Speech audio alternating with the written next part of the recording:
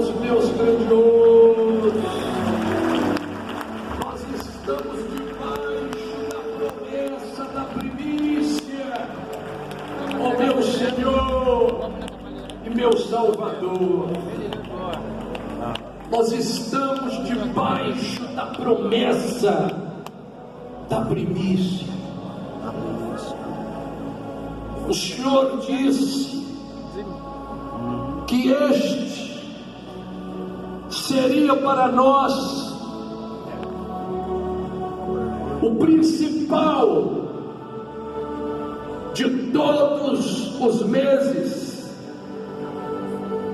pois este seria o primeiro mês do ano. E este é o primeiro ano da década.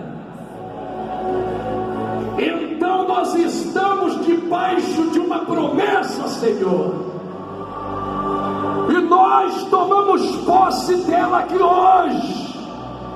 Bem-aventurados os que aqui colocaram a planta dos seus pés, porque nós tomamos posse dessa promessa.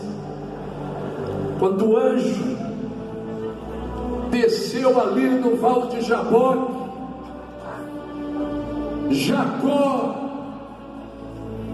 brigava com ele, porque Jacó tinha um motivo, uma razão,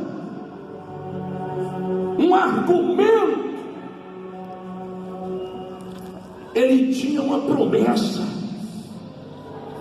e quem tem promessa não deixa passá-la batida.